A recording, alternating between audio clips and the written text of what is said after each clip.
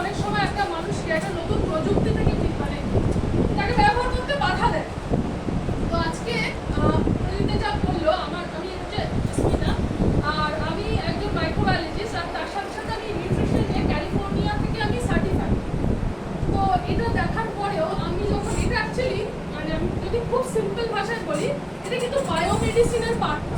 আর আমরা চিকিৎসা বলতে যেটা জানি সেটা হচ্ছে বায়োমেডিসিন, যেটা ডাক্তারের কাজ আপনাকে মেডিসিন লেখা। এটা কিন্তু বায়োমেডিসিনের পার্ট না, এটা বায়োফিজিক্স টেকনোলজি। যারা মাইক্রোবায়োলজি নিয়ে পড়ে তারা জানবে যে তাদের পড়ানো হয় বায়োকেমিস্ট্রি, বায়োফিজিক্স, তো এটা হচ্ছে ফিজিক্সের পার্ট। তো সুতরাং আপনারা এখানে যারা উপস্থিত আছেন তারা যদি মনে করেন না শুনলাম কিন্তু একটু ডাক্তারের সাজেশন নেব, তাহলে আপনাদের আমি আগেই মানে ডিসক্লেমার হিসেবে বলে দিতে পারি, আপনাকে কিন্তু ভুল পথে চালিত করা হবে। কারণ ওটা সে শেখেইনি, তো আপনাকে কি মানে উপদেশ দেবে। যদি আমি খুব সিম্পল ভাষায় বলি, আপনি এখন বানাবেন বাড়ি, চলে গেছেন ব্লু প্রিন্টার নিয়ে ডাক্তারের কাছে, যেটা কাজ ইঞ্জিনিয়ারের। আপনি চলে গেছেন ডাক্তারের কাছে সাজেশন নিতে যে আমি 5 তলা বাড়ি বানাবো, ডাক্তারবাবু দেখুন তো ব্লু প্রিন্টার ঠিক আছে কি? পারবে সাজেশন দিতে? পারবে? তাহলে আমরা তাহলে কেমন ভুল করি বলুন তো? ভুল জিনিস ভুল লোকের কাছে গিয়ে সাজেশন চাই। তো এটা হচ্ছে বায়োফিজিক্স, মানে ফিজিক্স কি? শক্তি, মেডিসিন নয়। তো আমরা দেখেছি মেডিসিন খেতে খেতে মানুষ ভীষণ বিরক্ত, বিশেষ করে ফাস্ট ওয়ার্ল্ডের মধ্যে কারা পড়ে, যেমন আমেরিকা, জাপান, চায়না। এরা প্রযুক্তিগতভাবে আমাদের থেকে অনেক এগিয়ে এবং এরা ফাস্ট ওয়ার্ল্ডের মধ্যে। সোশ্যাল মিডিয়ার দৌলতে আমরা জানতে পেরেছি যে বিদেশে ওষুধ বলতে ব্যবহার করা হয় গোনা হাতে 4-5টা, যেগুলো সার্জারির সময় লাগে, এমার্জেন্সি পারপাসে লাগে।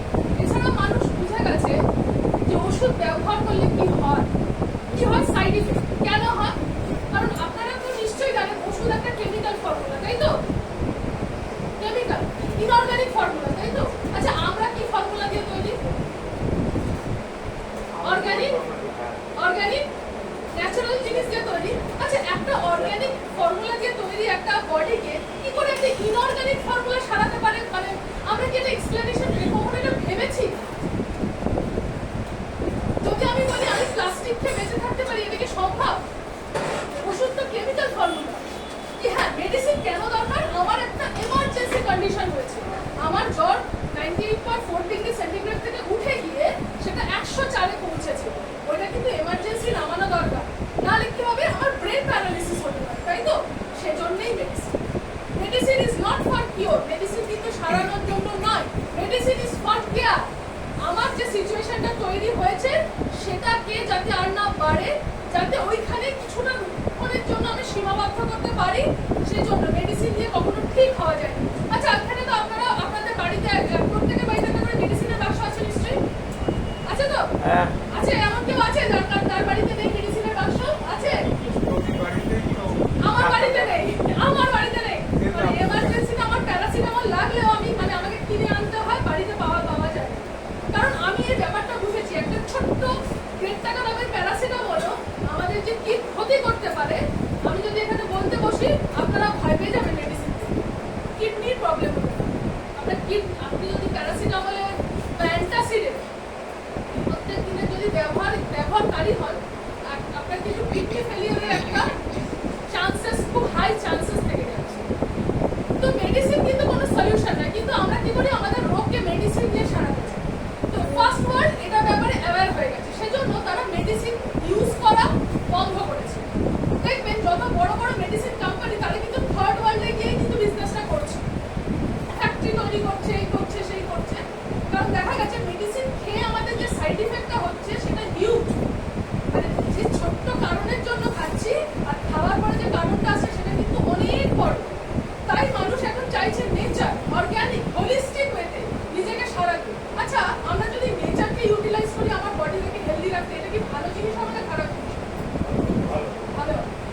আমরা কি জানি যে আমাদের জন্মের মানে আমাদের যখন মানে জন্মাচ্ছি, মানে আমরা যখন জন্মাচ্ছি পৃথিবীর বুকে আসছি, 100 বছর বেঁচে থাকার জন্য যা যা দরকার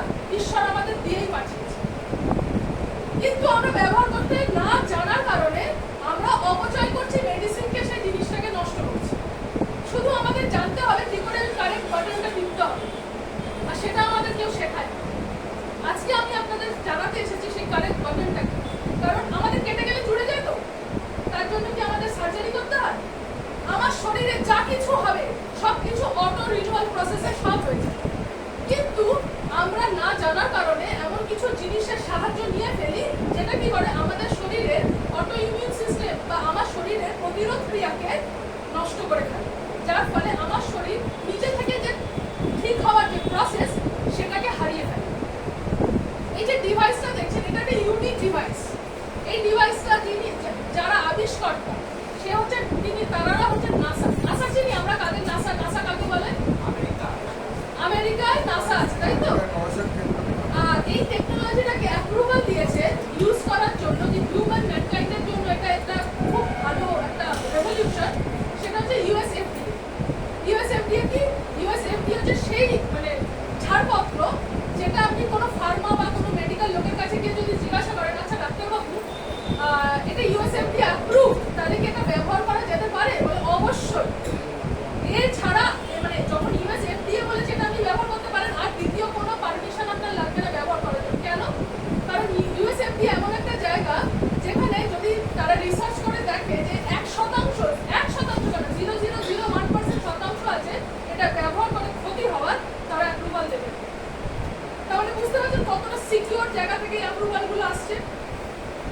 তো দেখা গেছে আমাদের শরীর কি দিয়ে তৈরি? কোষ দিয়ে। সেই প্রত্যেকটা কোষ কিন্তু কম্পন হয়, রেজোনেন্স, ভাইব্রেট করে। তো দেখা যাচ্ছে সেই যে এক্সাক্ট ভাইব্রেশনটা যদি আমরা দেখতে মানে বুঝতে পারি, আর যদি সেই এক্সাক্ট ভাইব্রেশনটা আমরা বাইরে থেকে দিতে পারি, তাহলে আমরা আমাদের হিলিং প্রসেসকে আবার চাঙ্গা করতে পারি। আর আমার বডি যদি হিলিং প্রসেস যদি আমি সৃষ্টি করে ফেলতে পারি, যদি আমি মানে অপারেশন করে বাদ না দিয়ে থাকি, অথবা আমি যদি জন্মে ওটাকে না নিয়ে আসি, তাহলে সেই প্রত্যেকটা জিনিস রিকভার করতে পারবো।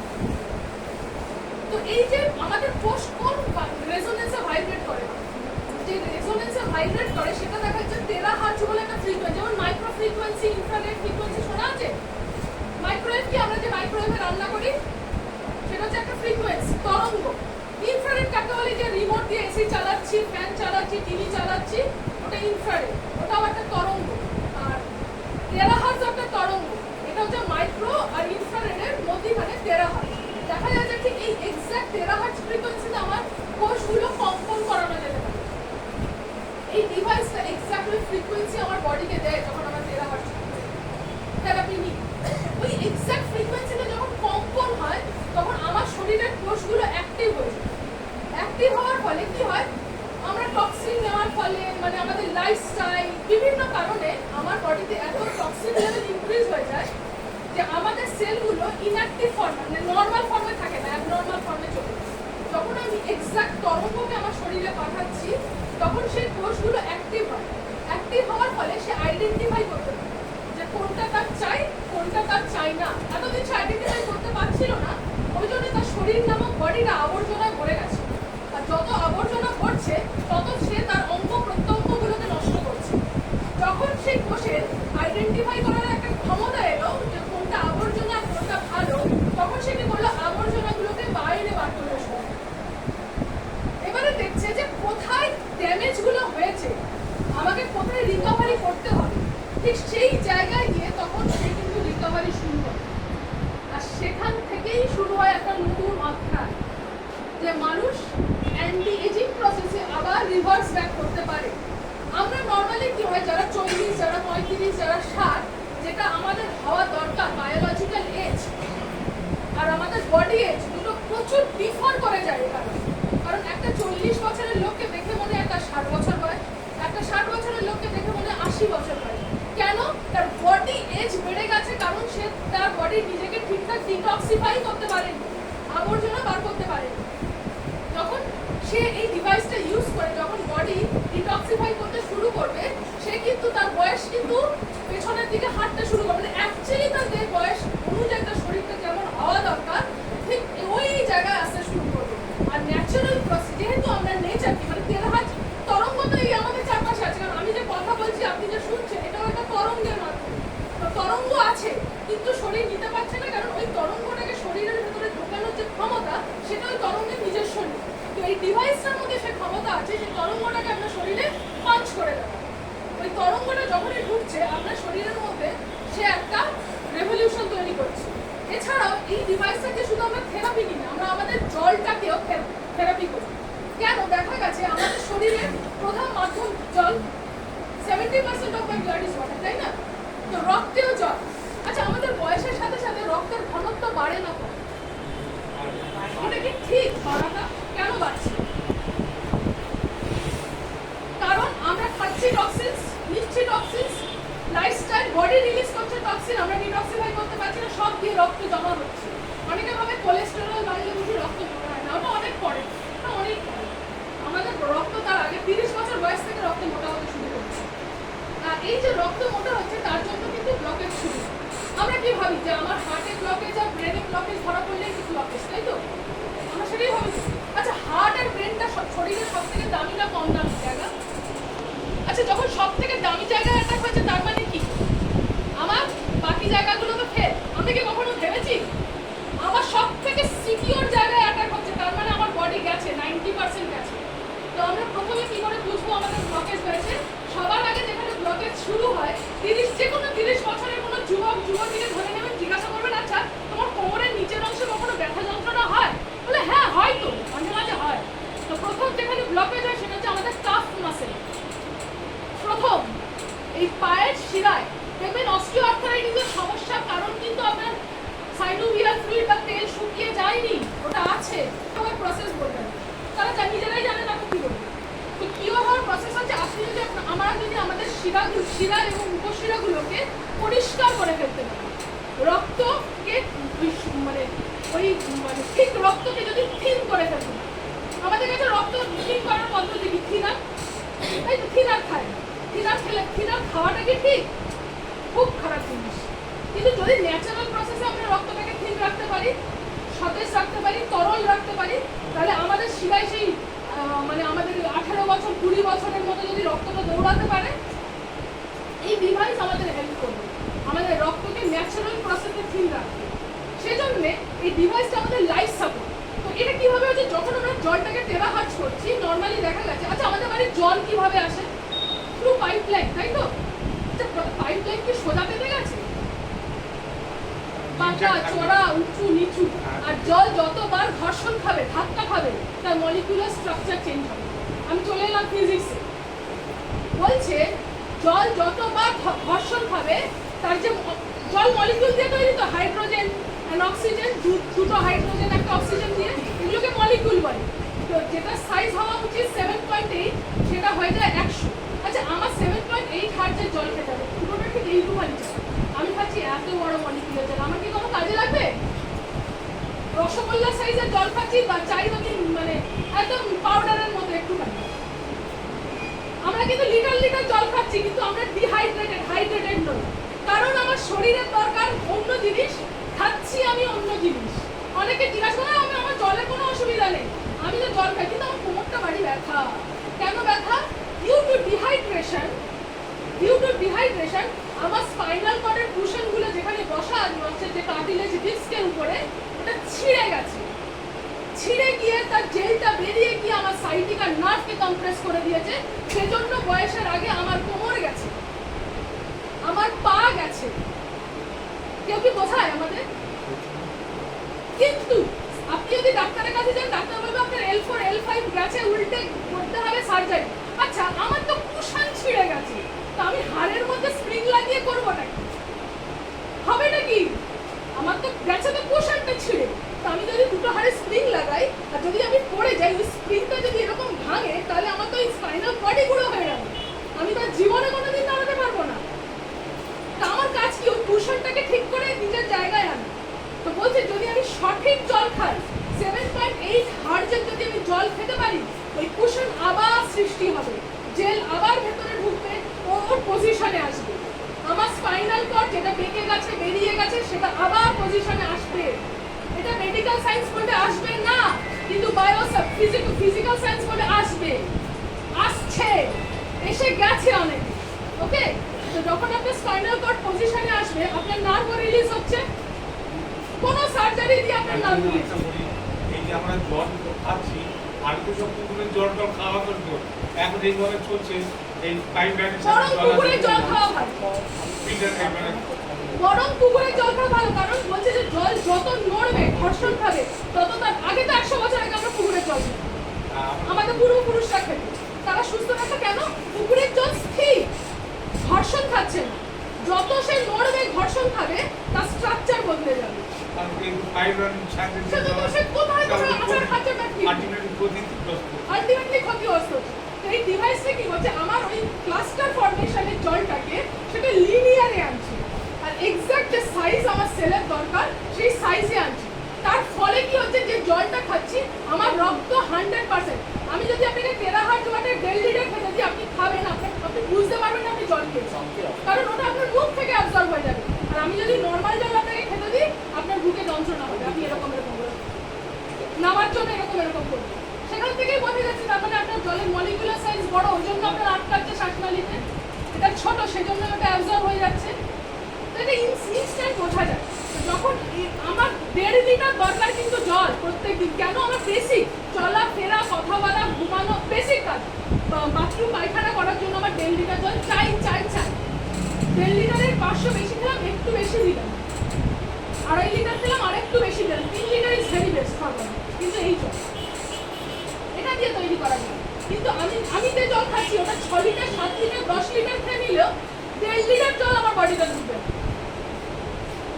কারণ আমি তো খাচ্ছি এত বড় বড়, তার মধ্যে যেগুলো ছোট ছোট আছে সেইগুলো অ্যাবজর্ব করবে, বড় বড়গুলো কিচ্ছু অ্যাবজর্ব হবে না। ওগুলো বেরিয়ে যাবে আপনার ইউরিনেশন, থ্রু সোয়েটিং, বিভিন্নভাবে আপনার বডি থেকে বেরিয়ে যাবে, উল্টে ক্ষতি করবে। কারণ যে জিনিসটা আমি নিয়েছি ওটা যখন বডির কাজে লাগছে না, ফোর্সফুলি বের করতে হচ্ছে, তখন আমার কিডনিতেও প্রেশার হচ্ছে। ওকে, তো আমি যদি কারেক্ট জল আমার শরীরকে দিতে পারি, আমি যদি আমার শরীরকে হাইড্রেট রাখতে পারি, তাহলে কিন্তু সব সমস্যার সমাধান ওখানেই হয়ে যাবে। জলের অভাবে হয়েছে সমস্যা, খাচ্ছি আমি কারি ওষুধ, আমি কি সুস্থ থাকবো? চাই তো আমার শরীর জল দিচ্ছি, বিদেশ থেকে আনা ফল, খাবার সবকিছু দিচ্ছি, কাজে কিছুই লাগছে না, কারণ আমার শরীর তো নিতে পারছে না। তো শুধুমাত্র যদি জলটাকেই পরিবর্তন করে ফেলেন আর থেরাপিটা যদি নিতে থাকেন, তাহলে কিন্তু আপনার লাইফটা নর্মাল হয়ে যাবে। এই যে অ্যাবনর্মাল, এখানে অনেকেই সুস্থ, অনেকেই অসুস্থ, আমি বলবো প্রত্যেকেই অসুস্থ। কারণ কেন বলছি অসুস্থ? আমাদের যদি লাইফটাকে একটা গ্রাফের মধ্যে আঁকি, আমরা 18 বছর অবধি উঠছি, তারপরে কি ফ্ল্যাট যাচ্ছি, নিচে নামছি। সুস্থ মানে তো ফ্ল্যাট যাওয়া, উঠতে না পারলে অন্তত মেনটেন করা। আমাদের কি মেনটেন হচ্ছে? ছোটবেলায় যেভাবে ছুটতাম এখন কি সেভাবে ছুটতে পারি? তাহলে কিভাবে, কি গ্যারেন্টিতে আমি বলছি আমি সুস্থ আছি? আমি আমার জ্বর, সর্দি, কাশি, বিছানায় শুইনি বলে কি বলছি সুস্থ আছি? ওটা হচ্ছে লাস্ট, যখন মানে বডি যখন সিমটম মানে আমাকে শুইয়ে দিচ্ছে, তার মানে ওটা লাস্ট, আর শরীর টানতে পারছে না, তার মানে এটা নয় আমি সুস্থ আছি। মানে সুস্থ থাকলে আমার গ্রাফটা লেভেলে থাকে, নামছে যখন মানে আমি অসুস্থ। এটা শুধু অসুস্থর জন্য নয়, সুস্থ যারা ভাবছি তাদের জন্য, কারণ আমরা ভাবছি সুস্থ, আমরা সুস্থ নই। তো এই জিনিসটা যদি আমরা একটা লাইফ সাপোর্ট নিতে পারি, আমাদের প্রত্যেক দিন এই যে প্রত্যেকের বাড়িতে যে মেডিসিনের বাক্স আছে সেটা কিন্তু একদিন ভ্যানিশ হয়ে যেতে পারে। আচ্ছা, যদি মেডিসিনের বাক্সটা ভ্যানিশ হয়ে যায়, এটা ভালো জিনিস হবে না খারাপ জিনিস হবে? ভালো জিনিস হবে, তাই তো? কয়েকজনের মনে হচ্ছে ভালো হবে, অনেকজনের মধ্যে খুব ভালো লাগে। যেমন আমার শাশুড়ি ওষুধের বাক্স না নিয়ে বসলে তার জন্য দিনটা শেষ হয় না, এরকম লোক কি কেউ আছে?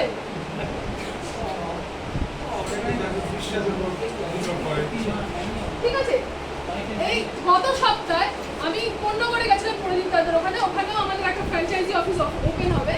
তো ওখানে একজন মানে রেজিস্টার্ড ফিজিওথেরাপিস্ট আছে, গভর্নমেন্টের রেজিস্টার্ড ফিজিওথেরাপিস্ট, উনি প্রচুর মানুষকে হেল্প করছেন নর্মালে ফিরে আসার জন্য। তো ওনার নিজেরই খুব হাই ইনসুলিন ছিল, আর ভদ্রমহিলার কিছু একটা অস্টিও কি প্রবলেম ছিল যেন, নার্ভের পুরো এ হয়ে গেছে, জল পাকিয়ে গেছিল। বিদেশ থেকে ডাক্তার এসে ওনাকে সার্জারি করেছিলেন, কিন্তু ওনাকে রিকভার করতে পারেননি। উনি যখন ডিসেম্বর মাসে আমাদের কলকাতার মিটিংয়ে আসেন, তখন প্রদীপদার ওয়াইফ আর প্রদীপদার মেয়ে ওনাকে ধরে এনেছিল। ঠিক আছে, উনি হাঁটতে পারছিলেন না, ধরে এনেছিল। যখন মার্চ মাসে উনি এলেন, আমি দেখলাম উনি গটগট করে স্টেজে উঠে গেলেন, আমাদের দারুণ ভালো লাগলো। এবারে যখন কন্যাগড়ে এসে আমাদের আমি বলছি সুবর্ণাদি কেমন আছেন? ভালো আছি, ডাক্তার মিষ্টি খেতে বলেছে। কি ব্যাপার? বলে সুগার ইনসুলিন নিচ্ছিলাম তো 4 বার করে, জানো না? বললাম না। বলে এখন 87 আর 67 হয়ে গেছি। ডাক্তার বলেছে সুগারটা এবারে একটু মিষ্টি খাও। আচ্ছা, এটা ভালো হলো না খারাপ হলো? আনন্দে জড়িয়ে ধরে বলেছিল করছোটা কি? মানে মানুষকে ভালো করছি আর কি। যদি ডায়াবেটিক মুক্ত, ক্যান্সার মুক্ত যদি একটা সমাজ গড়তে পারি, এটা কি খুব খারাপ জিনিস হবে? সুন্দর না। তাই না? কিন্তু ওই দাঁড়িয়ে আছে বিশ্বাস। হ্যাঁ, সেইটা। বিশ্বাস যদি একটু দেখুন, অনেক ভুল জিনিসকে বিশ্বাস করি, যদি একটু ঠিক জিনিসকে বিশ্বাস করা যায়, একটু বিশ্বাস দিয়ে শুরু করুন, দেখবেন বিশ্বাসে ভরে যাবেন, এত ভরে যাবেন যে অন্য মানুষকে ডেকে ডেকে বলবেন আর একটা উপায় আছে সুস্থ থাকার। তো এই ডিভাইসটা মানুষকে নর্মাল লাইফে ফিরে আসতে সাহায্য করছে, নিজের উপরে বিশ্বাস রেখে নিজেকে সুস্থ রাখতে হেল্প করছে। আচ্ছা, আমার হেলথটা অন্য লোক কিভাবে আমাকে ঠিক করতে পারে? আপনি বলুন তো, এই যে আমরা ডাক্তারের উপর যে ডিপেন্ডেবল হয়ে যাই। আচ্ছা, ডাক্তারের কাছে আমি কি একটা পেশেন্ট, একটা নাম্বার তো আমরা কি তার ফ্যামিলি মেম্বার? আমাদের কিছু হলে তার কি যায় আসে? তাহলে তার কথা উঠি আর বসি দিই, একবারও জিজ্ঞাসা করি না যে এটা যে লিখলেন এটা আমার সাইড ইফেক্ট কি হবে? জিজ্ঞাসা করি এটা করি না, বিজ্ঞান আমাদের তো এইটাই করে দিয়েছে। না, বিজ্ঞান করেনি। আমরা নিজেদেরকে আড়াল করে রেখেছি এই ব্যাপারে অ্যাওয়্যার হওয়া থেকে। কেউ আমাদের বলেনি যে আপনারা এডুকেশন নেবেন না। আমরা এডুকেশন নেওয়া বন্ধ করে দিয়েছি। কোনো একটা মানুষের উপরে এতটাই, কোনো একটা প্রফেশনের উপরে এতটাই বিশ্বাস করে ফেলেছি যে ভেবেই নিয়েছি ওরা আমাদের ভালোর জন্য। আমরা ভুলে গেছি ওটা তার প্রফেশন। সোসাইটিকে হেল্প করতে এসেছে, কিন্তু ওটাকে প্রফেশন হিসেবে নিয়েছে। সেটা তার প্রফেশন। ওকে, তো সেটা যখন একটা মানুষের একটা প্রফেশন হয়ে যাবে, সে প্রফেশনাল হয়ে যাবে। ওকে, কারণ আজ যদি আমার কিছু হয়, আমার ফ্যামিলির ক্ষতি হবে, ডাক্তারের ক্ষতি হবে না। সবসময় আমরা জিজ্ঞাসা করবো, ডাক্তারবাবু আপনি যেটা লিখলেন কতটা সাইড ইফেক্ট হবে এটা দিয়ে? দরকার হলে ডাক্তারবাবুর সামনে বসে একটু গুগলটা খুলে মারলেই সাইড ইফেক্ট গুলো দেখতে পাবেন। আপনার অধিকার আছে, আপনি কাস্টমার, ওই সার্ভিসের জন্য আপনি পে করছেন তো, তাই না? ফ্রিতে তো দিচ্ছেন।